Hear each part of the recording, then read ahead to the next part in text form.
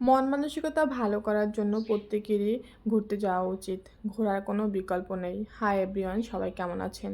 চলে আসলাম নতুন একটি ব্লগ নিয়ে। আশা করি সম্পূর্ণ ব্লগটি আপনারা উপভোগ করবেন এবং আপনাদের কাছে অনেক বেশি ভালো লাগবে।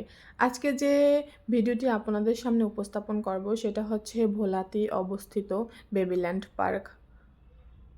এই পার্কে যেতে হলে ফার্স্টলি আমরা নদীপথে গিয়েছিলাম। কারণ হচ্ছে এখানে ছোট্ট একটি নদী পার হতে হয়, তারপরে যেতে হয় অনেকটা, বলতে গেলে গ্রামের ভিতরেই অবস্থিত ছোট্ট পরিসরে এই পার্কটা, কিন্তু ভিতরটা আসলে অনেকটাই সুন্দর। আর সবথেকে বেশি ভালো লাগে নদীপথে ছোট্ট একটা নদী, সেটা পার হতে হয় একটি নৌকার মাধ্যমে। সেটা অনেকটা বেশি এনজয় করবে যারা আগে কখনো নৌকায় ওঠে নাই, একসাথে নৌকায় ওঠাও হয়ে যাবে। ছোট্ট এই পার্কের ভিতরে বিভিন্ন রকমের রাইডও আছে। অল্প পরিসরে আসলে মোটামুটি ভালোই বিনোদন নেওয়া যায়। এই বাচ্চাটার অবস্থা কি দেখেন, ও মনের সুখে গলা ধরে আছে পশুটির। যাই হোক, অনেক অনেক বেশি সুন্দর। ও হয়তো বা এটাকে বাড়ি নিয়ে যেতে চায়, তো সেই জন্যই গলা ধরে আছে, ছাড়তে চাচ্ছিল না। আমার মেয়ে তো এরকমের খোলামেলা জায়গা পেলে ও ভীষণই খুশি হয়। তো ওখানে আসার পথে দোকান আছে, ও দোকান দেখে ও চিপস খেতে চেয়েছে, তো চিপস কিনে দিয়েছি। সেই চিপস নিয়ে একদম দৌড় দিয়ে পার্কের ভিতরে ঢুকে গেছে। আর প্রচুর পরিমাণে দৌড়াদৌড়ি করেছে, যেটা সব সময় করে। অনেক খোলামেলা জায়গা পেলে ও প্রচুর পরিমাণে দৌড়াদৌড়ি করে। তো ওর স্কিপগুলো আসলে একটু কমই নিয়েছি, কারণ পার্কের সৌন্দর্যগুলোই আপনাদের দেখানোর চেষ্টা করেছি। অনেক অনেক বেশি সুন্দর। বিশেষ করে ওখানে নানা রকমের ফুল রয়েছে, ফুলগুলো অসম্ভব অসম্ভব বেশি ভালো লাগে।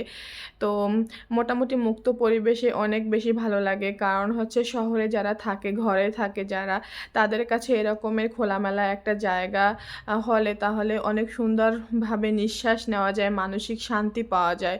তো মোটামুটি ভালোই লেগেছে। আর এই বাচ্চাটা এখানে এই প্লেনটিতে উঠতে চেয়েছে, কিন্তু এটা ওর জন্য না, ওখানে যারা পরিচালনা করেন তো ওনারা বলেছেন যে ও অনেক বড়, এটা হচ্ছে ছোট বাচ্চাদের জন্য। এগুলোয় উঠতে হলেও মোটামুটি টাকা লাগে। আর আমার মেয়ে এখানে প্রথমে উঠতে চায়নি, কারণ এটা ছিল স্লিপ কাটার, এটা প্লাস্টিকের ছিল। তো ও এই প্লাস্টিকের এগুলো উঠতে অভ্যস্ত ছিল না। ও প্রথমে ভয় পাচ্ছিল কিভাবে উঠবে।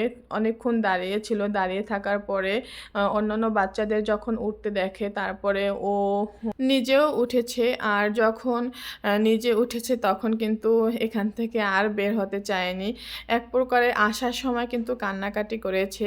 তো আমি একটা সময় দেখি ও এভাবে দাঁড়িয়ে আছে, তো পরবর্তীতে আমি ভিতরে গিয়ে ওর হাতটা ধরে একবার উঠিয়ে দিয়েছি, জাস্ট দেখিয়ে দিয়েছি, মামুনি তুমি এভাবে উঠো।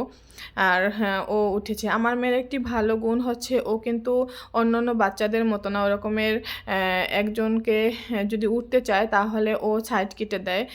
যাই হোক, এখানে ছোট্ট একটি দোলনাও আছে, তো এটা বাচ্চাদের জন্য একদমই পারফেক্ট একটি জায়গা। বাচ্চারাই শুধুমাত্র দোল খেতে পারে, এরকমের ছোট্ট একটি কিউট দোলনা আছে। তো অবশেষে তুবা কিন্তু উঠে গিয়েছে। তো এখন ও যেটা করছে, ও নিজে নিজেই উঠছে, ও আর ভয় পাচ্ছিল না। তো ও অনেকবার স্লিপ কেটেছে, নিজে নিজে মাশাআল্লাহ পেরেছে। তো অনেক অনেক আনন্দ করেছে। আমার ভিডিওটি আপনাদের কাছে কেমন লাগে কমেন্ট করে কিন্তু অবশ্যই জানাবেন। আমার ভিডিওটি যদি আপনি ইউটিউব চ্যানেল থেকে দেখে থাকেন, তাহলে আমার ইউটিউব চ্যানেলটি অবশ্যই সাবস্ক্রাইব করে দিবেন। আর যদি ফেসবুক থেকে দেখে থাকেন, তাহলে আমাকে ফলো দিয়ে পাশে থাকবেন এবং লাইক, কমেন্ট এবং শেয়ার করে দিবেন যদি ভিডিওটি ভালো লেগে থাকে।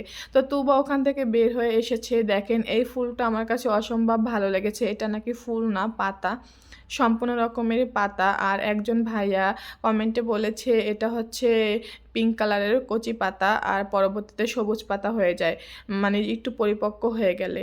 আর এই লেকটা অসম্ভব অসম্ভব সুন্দর লেগেছে আমার কাছে। এই পার্কটা হচ্ছে একদমই নদীর পাড়ে, নদীতে ঘেঁষা। তো অনেক অনেক বেশি ভালো লাগে। এখানে আরও একটি ছোট্ট লেকের মতো আছে, পানি জমাট বাঁধা, জানি না এখানে মাছ আছে কিনা, তবে আমি দেখতে পাইনি। তো মোটামুটি মিলিয়ে পরিবেশটা কিন্তু অসম্ভব সুন্দর, একটু ভালো সময় কাটানো যায়, এখানে বসার স্পেস আছে। তো আজকের মতো এখানেই সমাপ্তি। ধন্যবাদ সবাইকে।